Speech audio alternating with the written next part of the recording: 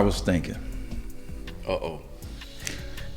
I was listening to some classic Chris Rock, and remember the joke that he talked about dudes bragging about taking care of their kids? Yeah. And that's what you're supposed to do? Right. It's an epidemic of people complimenting themselves before anybody else give them the compliment. And the reason why they compliment themselves is because no compliments are coming. So this is what I like to call tall midget niggas. A midget is never gonna really brag about being tall because by definition, you a midget. Okay? So I'm proud of everybody. All right? Congratulations. Great job. However, you got a long way to go. Why are you bragging on stuff that everybody else is doing every day? That's not exceptional. That's Tuesday. You tall midget nigga. Metamucil. I just slowly shit myself.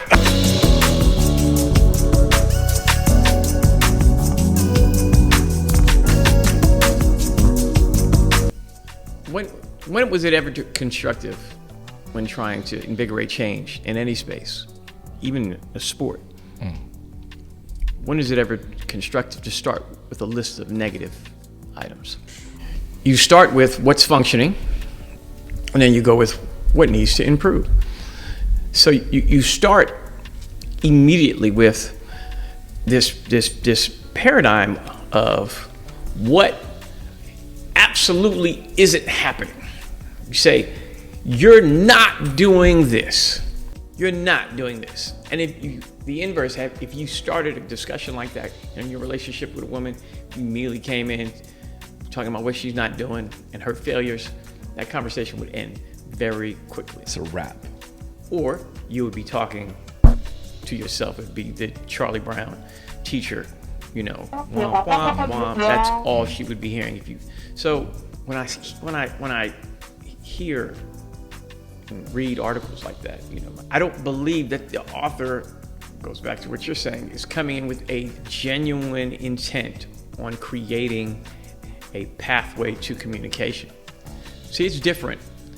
They're equating black men and black maleness to that white patriarchy. Like, we can legitimately look at our history in this country and say, man, white people ain't did shit for us. You know what I mean? We can legitimately say that. We could say you started on a faulty premise and promises and you've never fulfilled them, and there's been equity never. Mm-hmm. Right? So to frame that argument in the exact same way where you could talk about the most oppressive regime in the history of the world, and to frame that on black men is just completely disingenuous. It's completely disingenuous. And it's not to say that there are places where you can apply some of those things to where there's some failures in black men. This is not to say that we are beyond fault. That's not what this is saying, not at all. Hell no. Mm-hmm. Hell no. Because we got a whole ass segment called Suckah Shyt. We know. It's a gang of suckers out there. It's a gang of suckers out there, and we're dealing with on a daily basis. And guess what? We hate those niggas too, because they're out there fucking it up for the rest of us. There you go. They're out there fucking it up for the rest of us.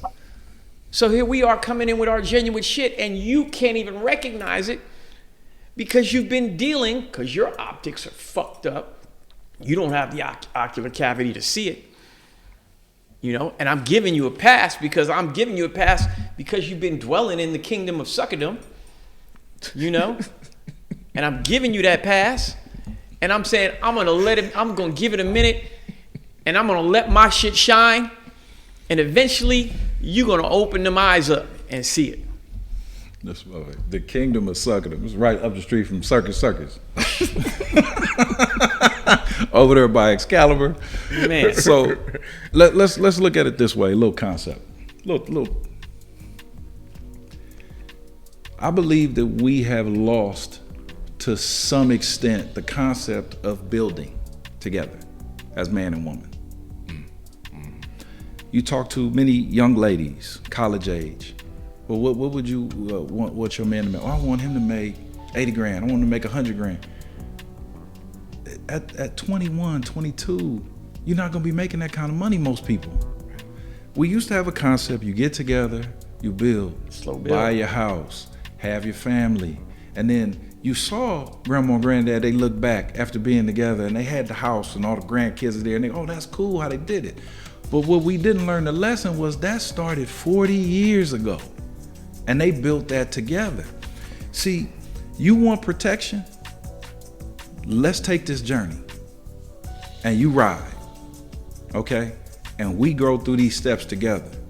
You my partner in crime, going through all these levels and all these stages. You know what kind of fealty you develop for a person like that? That sees you all the way through? You know, right? Yeah. What we want, or what we're operating off of is this man's already made. And you want to jump into that situation and insert yourself. Well, you're not the ride or die. You're an accessory no different than the car in the garage or the watch on his wrist or his nice pair of shoes. You're part of his overall profile. You're another acquisition, right? You know what he does. So you're not gonna get the same level of protection in that situation from that man because it's not the same emotion. It's not the same thing inside of him, right? We have to be able to build together. We've been sold a lie. We don't chase love. We don't chase love. We love money. We love material. We love what people can do for us. Okay? So people talk about black love. We're not going after black love. We go after a whole lot of black lust. We go after a whole lot of black hustle. We go after a whole lot of black coming up. All right? I remember being described as he went to school here, he has his house here, he makes this much every year. Oh, he's a great guy. Wow. And that shit don't even go together. Right. When you describe nothing that amounts to character in that whole space. Right. Yeah. Well, and also I heard this today. This is not mine. This analogy is not mine. I heard it, but it was apropos. So it's like meeting someone who's fat on their weight loss journey. So do you say, I don't want them because they're fat? Or do you say, you know what? I see them on their journey. I met them on their journey. And we gonna be together. And we gonna, over time, because that's a time thing. Over time, that person gonna get healthier. So that person's gonna be in a spot at a weight where they feel, they should be. But you meet them when they fat, right? Mm-hmm. So the question is, do men want women that's thin? Do women want cats who already went through their weight loss journey? Or do they want the fat dude, in college, what I'm saying, who ain't got the career started yet? This man is building. And let's take college out of it. We already talked about before about redefining manhood. My manhood journey may not include college. Maybe starting your own business. Maybe starting your own business. Maybe trade school. Hey, maybe the military. I wouldn't advise it, but it may be the military. Hey, it works for some folks, man. Yeah. I got a couple of dudes that's done retired from the military, and it's done worked out for them. But so the question is, do our women want us to be on the other end of the fat journey? Can they take us when we're fat? My immediate response to that is, as men, and this may sound callous, but we can't concern ourselves with that. I agree. As men, we just gotta grind. We got to get on the business of the journey. Lions vision, concern themselves with the opinions of sheep, and vision and purpose, and whoever will come will come. Yep. Okay, and that's men in included. The club is always going to be more full than the library. Mm-hmm. Okay, we love a party. We love, I mean, hell. Side note, somebody said to me, "Oh, y'all don't disagree enough." I said, "We disagree all the time, but you're not used to listening to nuance. You want some world star shit where I throw this microphone at Rennie, okay? And you also not used to seeing how black men should get along." Yeah. Right. Okay? But, you know, all we got to do is crank up some music, maybe do some stupid ass dances, you know.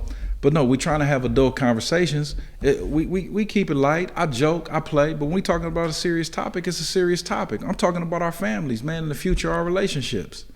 Okay? We disagree all the time. We disagree all the damn time if you really listening. Okay? You can't even be my friend and agree with me half the time. You know? Real talk. But to answer your question, yes, there's work on both sides. I believe in the protection of my family. Absolutely. Okay? I believe that it's my responsibility to provide certain things to my family that only I can provide. Nobody else can do the job that I can do. Okay? For the people that I love, the people that I brought into this world, they didn't ask for. Okay? And for the future Mrs. Towns, she's going to be protected. Okay? She will be provided for. That's how that works. But there's an understanding and an agreement on both parties. There's a responsibility on your end to get that. And what I'm not seeing is okay, people say, "Oh, I bring to the table," and they start telling me about their job like I care about the white guy you work for. Right. Right. Me, you and him ain't laying in bed together. Me, you and him ain't gonna be in the house. Well, see, there's another term out here we got to deal with, right? And which doesn't seem to, we don't shine a light on it, and it's hypergamy, right? So women level up, right?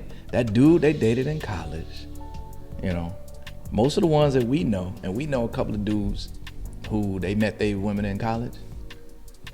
Those women are chilling because they stuck with that dude, right? And they built with that dude, just like you said. I ain't gonna call them names, but we know a few dudes who, you know, these couples, man, they stuck it out. There are some women, we also know women who dated dudes in college and left them dudes in college to level up.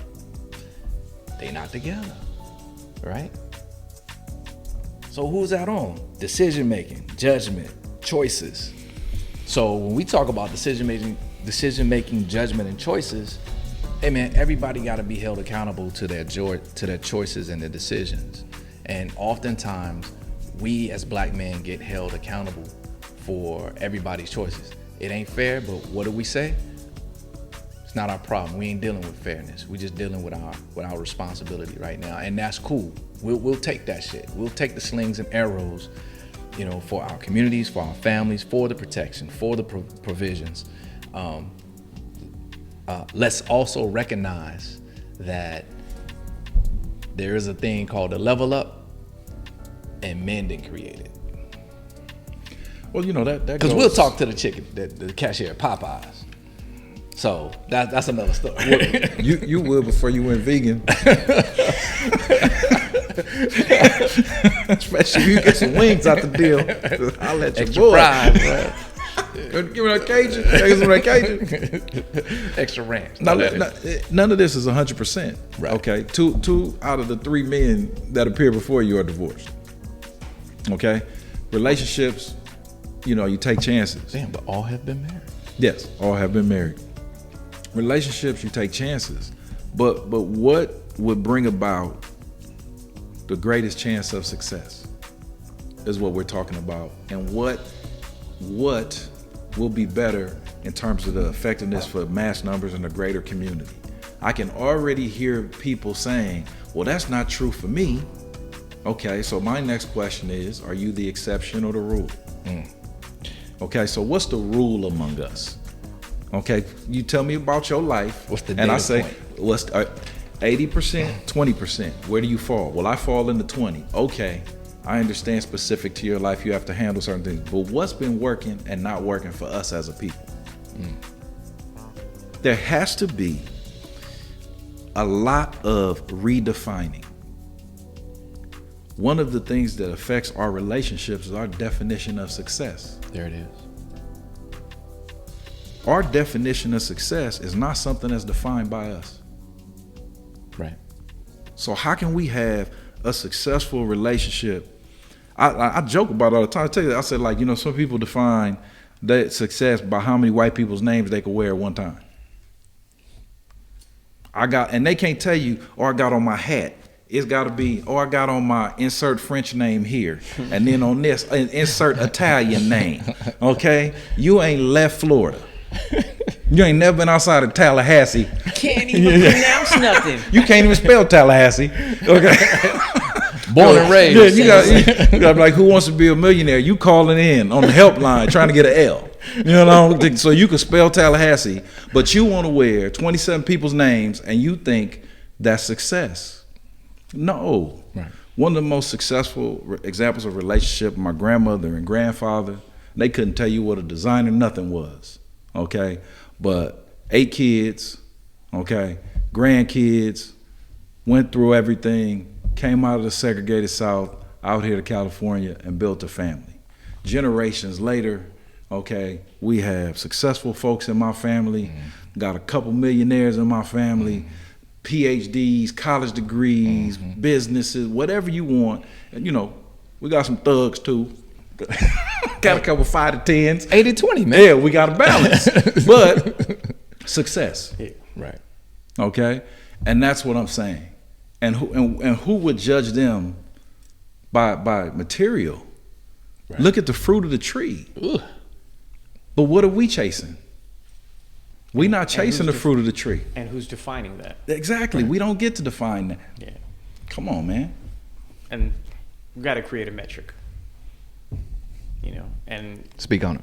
create that metric, and that metric has to be based in things of substance. And back to our principles. Mm-hmm. You know, and not a metric where you're in a constant comparative to someone else's metric or accomplishments, because your path is very different. I mean, you could use some nuance and say, you know, maybe I need to be more pressing and devote more time to specific things and whatnot. I need more focus. I could use examples from other people. I can learn from their shared successes and failures and adopt those things accordingly. But at the same time, what is our metric? And then back to stop operating constantly from a negative paradigm when dealing with each other. Stop telling me about the shit that I'm not doing, because if I'm real, I already know what I'm not doing. I know what I'm failing at. I know that. Yes, because when you're on your vision and your purpose, and I think I love when you said, what's the metric? We got to define the metric. Because when you're on your vision and purpose, then you define your metric, right?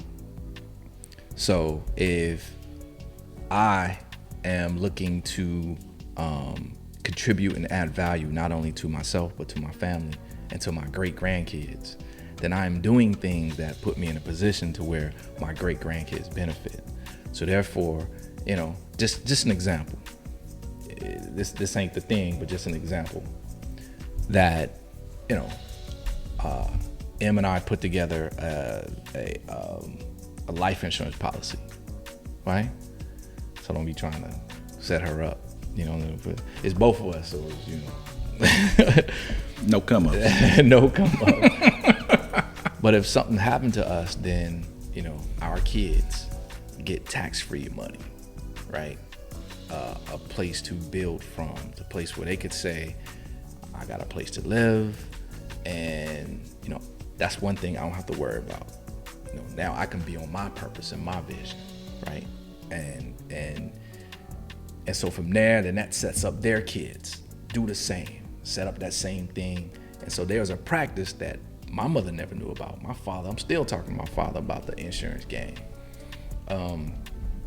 But because I'm on a purpose, I'm like, yo, how do we set this thing up? Then the information comes to you. That's just my shit. But you know, there's other shit that men that you guys have learned that have come into your lives because you are on your purpose and your vision, that when you recognize, you like, that fits, that's an alignment, this right here, right?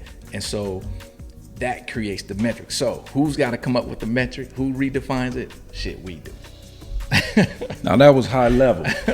That was high level right there. You know, I know we're getting towards the end, so I'm gonna say it like this. Put a bow on it. I'm gonna say it like this. Close us out. I don't understand. You said fairness, because we know it's not fair. Let me give you an example. I stand 5'9", okay? Kinda. Right? No, actually, I am 5'9". It's a wide body, but I stand 5'9". I've heard Fire hydrant. I've heard. Oh no, you too short. I'd never date anybody that short, right? Now, a lot of times this woman be 5'3", 5'4", you know. So why can't I say, well, you know, I never date nobody as ugly as you. You know, why can't I say, well, you too big for me, you know? Or why can't I say, oh, I only want a woman with natural hair?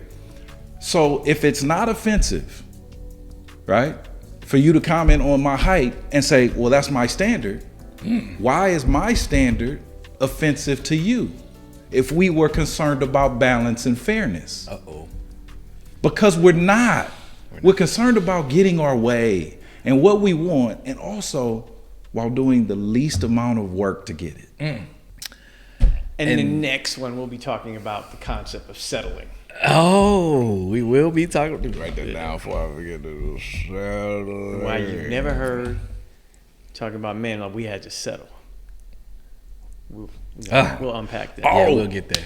Go ahead. No, because I was telling Rob this joke real quick. I was telling Rob this joke, and it's not mine. I was watching this old TV show on FX called Justified, and an old dude was laying in a hospital bed, and his wife was out in the parking lot. Okay, he was talking to his son. She was out smoking. She comes in. He says, "What was you doing out there so long?" She said, "I was giving blowjobs for money in the parking lot." And he says, "Was you paying, or were they paying you?" And on that note, I gotta say, hey, thank you Ren, thank you JT with the period, thank you Leland, thank you. Dope T-shirt, by the way. Thank you, Debo. Hey, get yours. We got them in, hot off the presses. Skinny Blacks Lounge.